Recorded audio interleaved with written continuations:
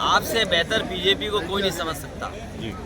हमारे पत्रकार साथियों, जब बीजेपी को लगा कि वो हार जाएंगे तो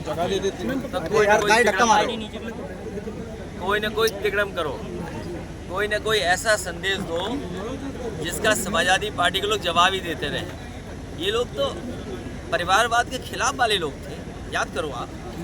धक्का मत मारो यार। परिवारवाद के खिलाफ थे, आज रिश्तेदारवादी कैसे हो गए? सोचिए आप, जो लोग परिवारवाद के खिलाफ थे, अरे यार मेरे तुमने हर रिश्तेदारवादी निकले। और मैं आपसे कह रहा हूँ, करहेल की जनता न केवल इस चुनाव में बल्कि 27 के चुनाव में जब सरकार बननी है, सरकार के चुनाव में भी ऐसा परिणाम आएगा और ऐतिहासिक परिणाम तेज प्रताप जी के पक्ष में आने जा रहा है। यहाँ ऐतिहासिक परिणाम समाजवादी पार्टी के पक्ष में होगा, वहीं हार का ऐतिहासिक परिणाम भी भारतीय जनता पार्टी के पक्ष में आएगा। ये भारतीय जनता पार्टी वाले हवा बहुत बनाते हैं। याद कीजिए लोकसभा के चुनाव में क्या हवा बना रहे थे, और भारतीय जनता पार्टी के लोगों ने इतनी बदतमीजी की थी। आपको याद होगा कितनी बदतमीजी की थी इन्होंने, कितना गलत संदेश देने का काम इनसे और कोशिश की थी इन्होंने, लेकिन क्या वो कामयाब हो गए थे? नहीं कामयाब हुए थे। और ये सरकार तो वो है जो किसान को खाद नहीं दे पा रही, डीएपी नहीं दे पा रही, महंगे बिजली का बिल दे रहे हैं। मैं आज भी आपसे कह रहा हूँ, इस सरकार के किसी भी जिम्मेदार पदाधिकारी, मंत्री, अधिकारी से पूछो, अगर तुमने बिजली का कारखाना उत्तर प्रदेश में लगाया हो तो बता दीजिए। जो कुछ बिजली आ रही है, जो कुछ इंफ्रास्ट्रक्चर है, वो उसी समय के देन है। इसी करहेल में बताइए, कट पर 100 एकड़ में मंडी बननी थी। यहाँ का लहसुन, यहाँ का धान, यहाँ का गेहूँ, यहाँ की सब्जियाँ, यहाँ के आलू, ये बड़े बाजार में जा सकता था। यही इलाका है जो कन्नौज कानपुर देहात से शुरू होकर के आगरा तक है। वो इलाका है जहाँ सबसे अच्छा आलू होता है, सिरसागंज आलू, ये आपका ब्लॉक है, सबसे अच्छा आलू होता है, बरनाल। तो बताइए, आलू के लिए आपने क्या व्यवस्था की? कभी खरीदा आलू आपने? क्या कोल्ड स्टोर वालों को सस्ती बिजली देने का इंतजाम किया क्या आपने? तो जिस सरकार ने कोई व्यवस्था न बनाई हो, उनसे उम्मीद क्या करोगे आप? केशव प्रसाद महोदय पीढ़ी परिवार को फर्जी परिवार बता रहे हैं। देखो, वो खुद फर्जी हैं जी, आप मत कहलवाइए उनके बारे में। देखिए, ये उनकी पार्ट ऑफ स्ट्रेटजी है। जैसे सर्कस तो आना बंद हो गए, सर्कस आना बंद हो गए, लेकिन जब कभी भी, जैसे आप टीवी चैनल में देखते होंगे कि कुछ समय ऐड का आ जाता है, यूट्यूब देखते हैं हम, कोई अच्छी चीज़ आ रही है, गाना आप अच्छा सुन रहे हैं, सडनली कोई ऐड आ गया जिसको आप हटाना चाहते हो। ये विज्ञापन का सामान है। अच्छा, गठबंधन का क्या सरकार ये जानती है मुख्यमंत्री जी फेस नहीं कर सकते हैं, इसलिए उन्होंने फेस ना करना पड़े, इसलिए कुछ असिस्टेंट रखे हुए उन्होंने।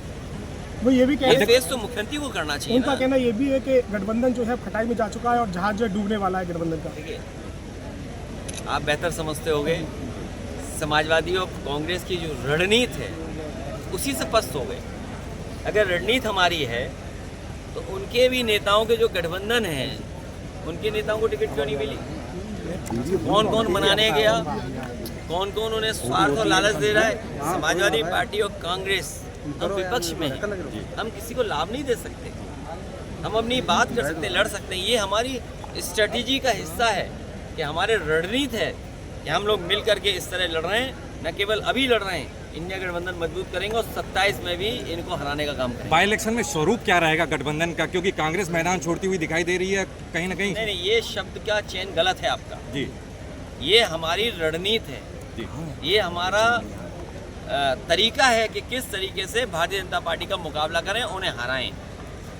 सर, अभी जम्मू कश्मीर से भी खबर आई, आज फिर से वहाँ पे हमला हुआ जिसमें 2 जवान शहीद हुए, 2 सिविलियंस की भी जाने गई। लगातार इस तरह के जो हमले हैं, इस पे विपक्ष सरकार को घेरने का काम कर रहा है। देखिए, प्रधानमंत्री जी अभी ब्रिक्स की मीटिंग में दुनिया के सभी महत्वपूर्ण नेताओं से मिले और चीन को लेकर भी खबरें आई थी, और इधर हमारी सीमा आज से असुरक्षित नहीं है।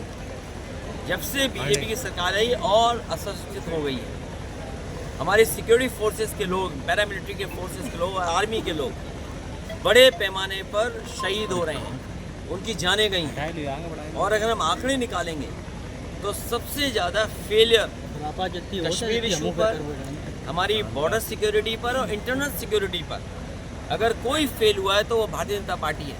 भारतीय जनता पार्टी की सरकार इंटरनल सिक्योरिटी में फेल है, हमारी बॉर्डर सिक्योरिटी में फेल है, हमारे जो संबंध दुनिया में देशों से होते हैं उसमें फेल हुई है सरकार हमारी। तमिलनाडु तो ये फेल सरकार को हटाने से ही हमारी सीमाएं सुरक्षित होंगी, तभी हमारे जवानों की जान बचेगी, जब ये सरकार देश से हटेगी। तमिलनाडु के उप मुख्यमंत्री का कहना है कि वहाँ पे हिंदी थोपा जा रहा है, कुछ लोग का प्रयास है क्या वहाँ हिंदी थोपने का, और वो इसका विरोध कर रहे हैं। देखिए, आज हिंदी, अंग्रेजी या भारतीय भाषाओं की बहस की ज़रूरत नहीं है। भारतीय भाषाएं आगे बढ़ें, उनका सम्मान हो, उनका संवर्धन हो, उसके पक्ष में हमेशा समाजवादी रहेंगे। भारतीय भाषाएं जो भी हैं उनका संवर्धन हो, उनको और आगे बढ़ने का मौका मिले, उन भाषाओं का सम्मान हो, उसके पक्ष में हमेशा समाजवादी लोग रहें। सर महाराष्ट्र का क्या सीट डिवीजन, क्या उस पर महाराष्ट्र में बीजेपी हारने जा रही है, बीजेपी का गठबंधन हारने जा रहा है, एक प्रोपेगेंडा हार होने जा रही है बीजेपी गठबंधन। एक माहौल बनाया जा रहा है कटोगे बटोगे के नारे के साथ, जो महाराष्ट्र में भी देखने को मिल रहा है, जगह जगह पोस्टर चिपकाए जा रहे हैं। क्या लगता है, क्या प्रभाव डालने वाला नारा है या ये जब बीजेपी पे बेरोजगारी, महंगाई, border security, internal security, Agniveer, फौज की भर्ती, नौकरी सरकारी, आरक्षण, संविधान पे जब जवाब नहीं होता है तो इसी तरह से उनकी लैब में ये तैयार होता है।